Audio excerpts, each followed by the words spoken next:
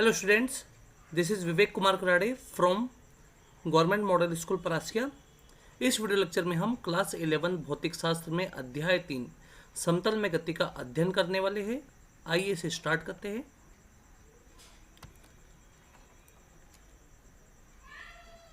तो स्टूडेंट्स, आप पहला प्रश्न देख पा रहे होंगे, स्थिति व समय ग्राफ की ढाल क्या प्रदर्शित करती है। तो आपको पता होगा स्टूडेंट्स, वेग का जो सूत्र होता है, वेग बराबर होता है विस्थापन बटे समय। ओके, तो विस्थापन एकम विस्थापन बराबर वेग का समय में तो वेग गुणित समय। तो स्टूडेंट्स, आप देख पा रहे होंगे, विस्थापन मतलब एक प्रकार से स्थिति तो है और ये समय, तो स्थिति और समय के बीच में जो है हमारा वो है वेग। तो जो करेक्ट आंसर है वो होगा वेग। अगला क्वेश्चन है हमारा स्टूडेंट्स, गुरुत्व के अधीन स्वतंत्रता पूर्वक छोड़ी गई वस्तु के लिए क्या शून्य होगा। तो आप देख पा रहे हैं, गुरुत्व मतलब जब हम किसी चीज़ को ऊपर से नीचे फेंके या नीचे से ऊपर फेंके। तो जब हम किसी चीज़ को नीचे से ऊपर फेंकेंगे, स्वतंत्रता पूर्वक छोड़ेंगे, तो आपको पता है स्टूडेंट्स, उसका अंतिम वेग जो हो जाएगा वो शून्य, फिर उसके बाद वो वापस लौट के आएगी। तो गुरुत्व के अधीन स्वतंत्रता पूर्वक छोड़ी गई वस्तु के लिए हमेशा अंतिम वेग शून्य होता है। अगला प्रश्न हमारा है, स्थिति समय ग्राफ समय अक्ष के समांतर कब होगा। तो स्टूडेंट्स, आप देख पा रहे होंगे, ये स्थिति पोजीशन वर्सेस टाइम ग्राफ समय के समांतर कब होगा। तो समय के समांतर तब होगा ना जब वस्तु स्थिर हो गई, ना वस्तु ऊपर बढ़ रही ना वस्तु नीचे बढ़ रही। समय के समांतर तभी होगा जब वस्तु क्या हो, स्थिर हो, अचल हो, मतलब स्थिर हो। ठीक है स्टूडेंट्स, ये आपको बनना चाहिए, इसे ध्यान से देखिए आप। अगला है, वेग और समय ग्राफ द्वारा समय अक्ष से घेरा गया क्षेत्रफल क्या दर्शाता है। ओके स्टूडेंट्स, तो वेग वर्सेस समय ग्राफ। त्वरण बराबर क्या होता है, देखिए, त्वरण बराबर होता है वेग में परिवर्तन बटे समय। तो आपसे यही कहना चाह रहा है कि समय से घिरा क्षेत्र क्या होता है। तो देखिएगा, वेग एकम वेग, त्वरण का समय में तो त्वरण गुणित समय। तो स्टूडेंट्स, आप देख पा रहे होंगे, वेग और समय के बीच का जो हिस्सा है, जो घिरा वाला क्षेत्र आएगा, वो आपका त्वरण का होगा। तो वेग और समय के बीच का जो घिरा वाला हिस्सा है वो आपका त्वरण होगा। तो स्टूडेंट्स, इसका आंसर आएगा त्वरण।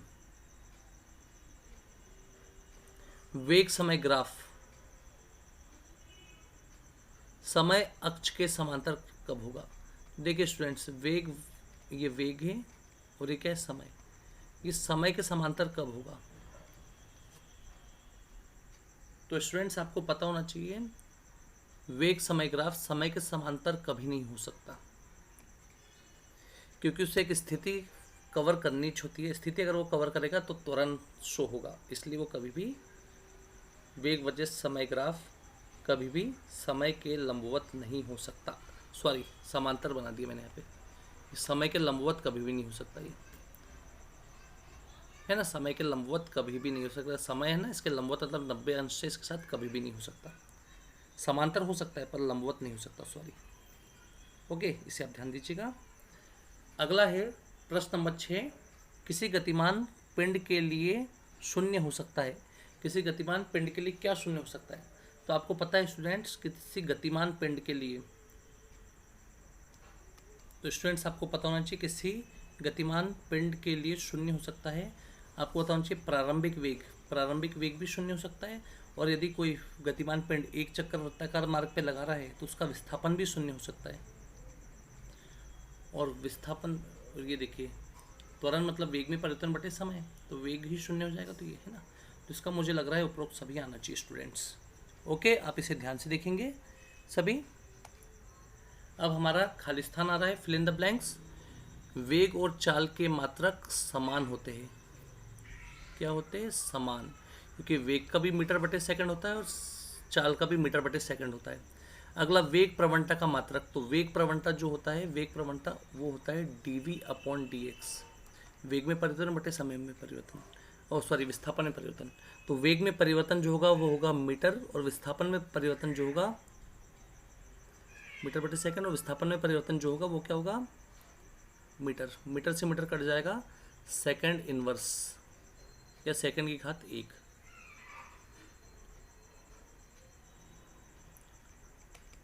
Second inverse. आगे, ऊर्ध्वाधर ऊपर की ओर फेंकी गई वस्तु द्वारा क्षैतिज में चली गई दूरी खालिस्तान होती है। तो स्टूडेंट्स आप देख पा रहे होंगे, जिससे इसका मैं बोलने का मतलब है कि वस्तु को जब आप ऊपर फेंकोगे ऊर्ध्वाधर, जब वो नीचे जाके वहीं पे तो आके गिरेगी वो, उसके द्वारा क्षैतिज में मतलब आड़ है ऐसा एक अक्ष पे चली गई दूरी, तो आपको पता होना चाहिए वो वहीं पे गिरेगी, इसलिए चली गई दूरी 0 होगी। अगला, ताक्षणिक चाल और ताक्षणिक वेग का अनुपात सदैव 1 होता है, क्योंकि चाल बराबर दूरी बटे समय और वेग बराबर भी विस्थापन बटे समय, मीटर प्रति सेकंड और मीटर प्रति सेकंड वो कट जाएगा और 1 आ जाएगा। अगला हमारा प्रश्न है, एक वस्तु को ऊर्ध्वाधर ऊपर की ओर फेंकने में वह 8 सेकंड बाद पुनः हाथों में आती है। अधिकतम ऊंचाई तक पहुंचने में लगा समय, अधिकतम ऊंचाई तक पहुंचने में लगा समय क्या होगा देख लीजिए। वस्तु को हम ऐसा 8 सेकंड है ना, एक वस्तु को ऊर्ध्वाधर फेंकने पर वह 8 सेकंड बाद पुनः हाथों में लौट आती है। तो जाने का समय और आने का समय कितना है? 8 सेकंड। जाने का समय और आने का समय कितना है? 8 सेकंड। तो जब वस्तु गई और आई तो उसका जो विस्थापन होगा वो तो जितना ऊपर गया उतना लौट गया, तो विस्थापन तो 0 हो जाएगा। विस्थापन क्या हो जाएगा? 0। वेग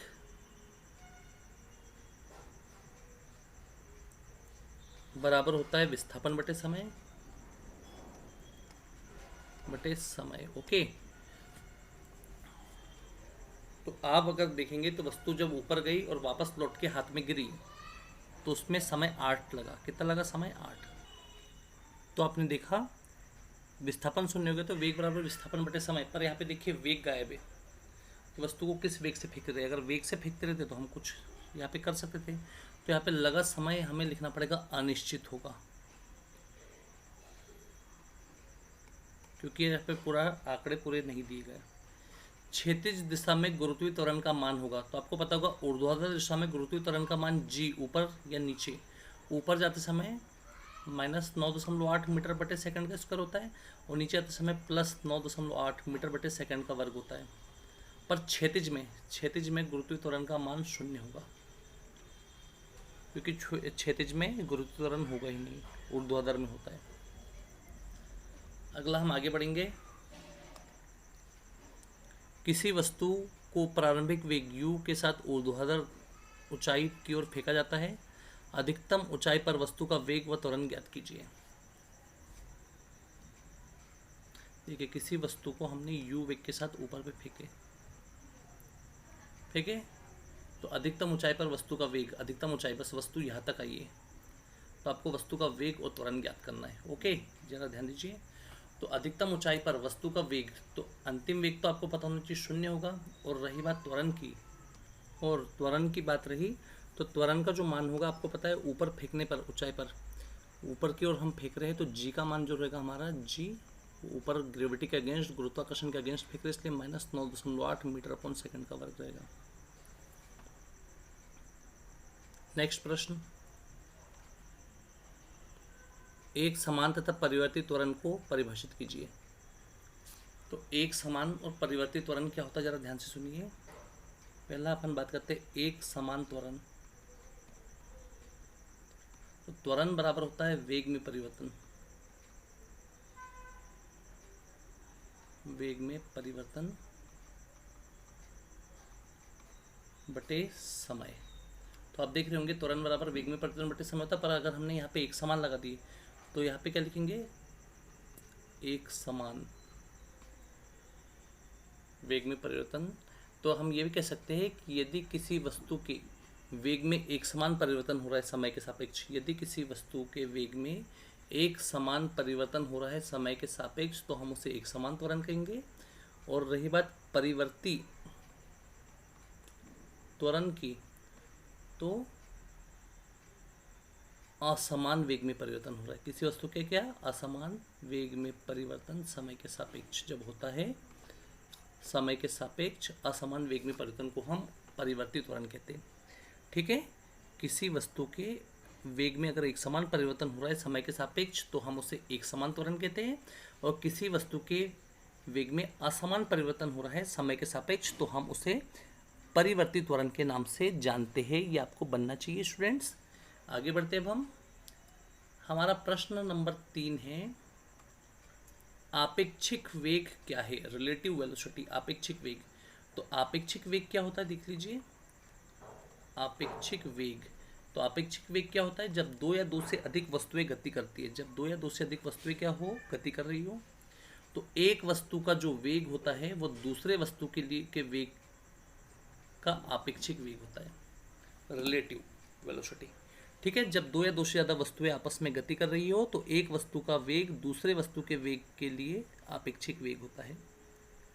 ठीक है, जैसे कि एक उदाहरण दे रहा हूँ, दो बच्चे जब दौड़ रहे हैं तो एक बच्चा तेज दौड़ रहा है, एक धीरे दौड़ रहा है, तो तेज वाला बोल रहा है कि मेरा वेग तेरे से ज़्यादा है, और धीरे वाला कह रहा है कि मेरा वेग तेरे से कम है।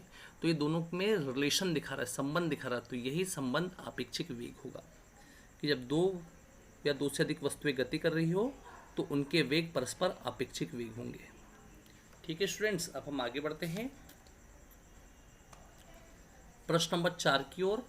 प्रश्न नंबर 4 जो है वो ये है कि एक समान त्वरित गति के लिए x वर्सेस t, मतलब स्थिति वर्सेस समय ग्राफ, वेग तथा समय के बीच ग्राफ और त्वरण तथा समय के बीच ग्राफ खींचिए। तो प्रश्न नंबर 4 के लिए सबसे पहला आप देख पा रहे होंगे स्थिति वर्सेस समय ग्राफ, ये है वेग वर्सेस समय ग्राफ, और ये है त्वरण वर्सेस समय ग्राफ, ये हम खींच रहे हैं। तो ये जो ग्राफ आएगा स्टूडेंट्स आपका एक समान त्वरित गति के लिए स्थिति वर्सेस समय ग्राफ, ये आपका ऐसा आएगा। और जो वेग वाला रहेगा आपका, वेग का एक निश्चित बिंदु से वेग बढ़ना चालू होगा। और रही बात आपके त्वरण, और स्टूडेंट जो त्वरण समय ग्राफ है वो हमें कांस्टेंट फॉर्म में मिलेगा, स्थिर रूप में मिलेगा। ओके, सरल रेखा के रूप में। आइए नेक्स्ट प्रश्न को देखते हैं। ग्लोब पर रेंगते हुए सांप और चींटी की गति में माप के आधार पर क्या अंतर है? तो स्टूडेंट्स आप जानते हैं कि चींटी सरल रेखीय गति करेगा, एक विमीय गति, और जो सांप है वो 2D मोशन, 2D मतलब द्विविमीय गति करेगा। छठवा जो है स्टूडेंट्स आपका चींटी की जो गति होगी, चींटी की गति वो एक विमीय होगी, एक विमीय गति होगी, तथा जो सांप की गति होगी, सांप की गति जो होगी वो आपकी द्विविमीय गति होगी, द्विविमीय। ओके, आपको बनना चाहिए। 7वां सवाल आपको करवाया गया था कि आत्रिज्या के वृत्तीय मार्ग पर एक पिंड गतिशील है, या आत्रिज्या का वृत्तीय मार्ग इस पर एक पिंड गतिशील है। ठीक है, तो एक चक्कर पूर्ण होने पर दूरी और विस्थापन ज्ञात कीजिए। तो स्टूडेंट्स आपको बताया गया था कि एक चक्कर पूर्ण होने पर जो दूरी होगी वो वृत्त की परिधि 2πr होगी, और एक चक्कर पूर्ण होने पर जो विस्थापन होगा वो होगा आपका 0, क्योंकि प्रारंभिक बिंदु और अंतिम बिंदु देख पा रहे होंगे, प्रारंभिक भी वहीं पे और अंतिम बिंदु भी वहीं पे आ गया, इसलिए विस्थापन हो जाएगा आपका 0। अगला है, एक समान वेग से गतिशील किसी कण के लिए स्थिति समय ग्राफ की ढाल ज्ञात कीजिए, यह किस भौतिक राशि को प्रदर्शित करेगी? ठीक है, तो देखिएगा इसे स्टूडेंट। प्रश्न नंबर 8 है, एक समान वेग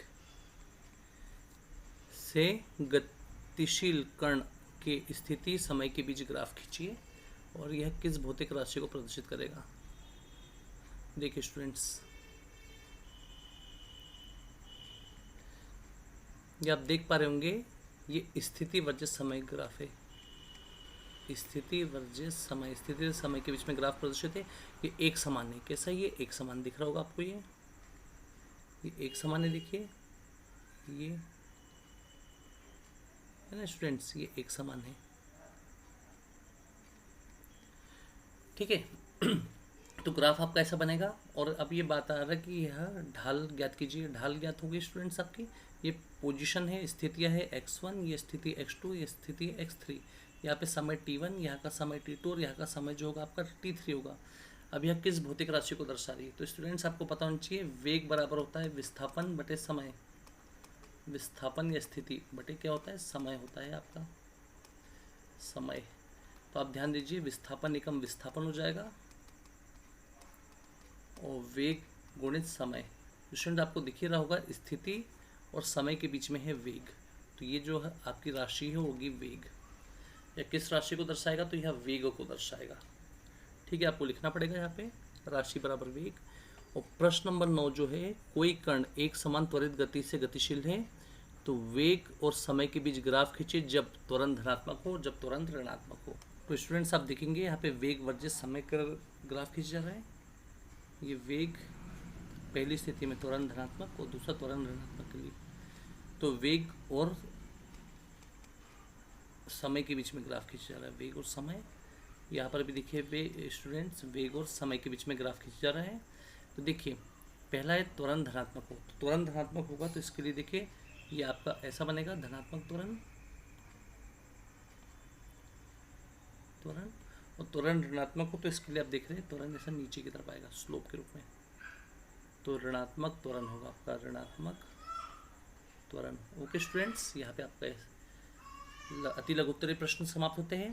अब आते हैं आपके दीर्घ उत्तरीय प्रश्न। तो आप देखिए पहला प्रश्न जो है वो है, कलन विधि का उपयोग करके त्वरित गति के शुद्ध गतिक समीकरण निकालिए। ये आपको कलन विधि या समाकलन विधि से हमने स्टूडेंट्स आपको गति के समीकरण निकालना बता चुके हैं। कलन विधि या समाकलन विधि वही रहता है, इससे बता चुके हैं। अगला है ग्राफ विधि से गति के समीकरण लाइए, तो हमने आपको स्टूडेंट्स ग्राफ विधि से भी गति के समीकरण बता चुके हैं। और 12वां प्रश्न जो है वो है ऊर्ध्वाधर गति, ऊर्ध्वाधर ऊपर की ओर फेंके गए पिंड के लिए गति के समीकरण, तो ये भी स्टूडेंट्स हमने आपको करवा चुके हैं। तो ये तीनों आपके दीर्घ उत्तरीय प्रश्न में, पहला आपका समाकलन विधि से गति के तीनों समीकरण है, दूसरा है आपका ग्राफ विधि वाला है, और तीसरा जो है ऊर्ध्वाधर ऊपर की ओर फेंके गए पिंड के लिए गति के समीकरण। तो आपको याद हो गए गति के जो समीकरण होते हैं, v बराबर यू प्लस ए टी मैंने आपको करवाया था, दूसरा s बराबर U T plus half A T square भी मैंने आपको करवाया था, और तीसरा v का वर्ग बराबर u का वर्ग प्लस 2s भी आपको कराया था। और ये भी बताया था कि कोई भी चीज़ को ऊपर फेंकोगे तो g जो रहेगा वो ऋण में, और नीचे फेंकोगे तो g जो रहेगा गुरुत्व त्वरण धन में आएगा, और ये विस्थापन रहेगा, s जो रहेगा वो h में बदल जाएगा। ये आपको समझाया गया था स्टूडेंट्स। तो इस प्रकार आपका जो पहला समीकरण है वो बन जाएगा v इक्वल्स टू यू, ऊर्ध्वाधर ऊपर की ओर फेंक रहे इसलिए क्या होगा, माइनस जी टी होगा। ये आपका s की जगह आएगा h, u की जगह u, t की जगह t, ऊपर फेंकने पे minus half G T square. आपका दूसरा समीकरण होगा। तीसरा समीकरण v स्क्वायर रहेगा, u स्क्वायर रहेगा, ऊपर फेंकने के कारण g माइनस में आ जाएगा, इसलिए 2gh। तो स्टूडेंट्स ये आपको करना होगा, और यहाँ पे आपका ये समाप्त होता है क्वेश्चन बैंक पूरे ढंग से। ओके, तो आप इसे ध्यान से देखिएगा।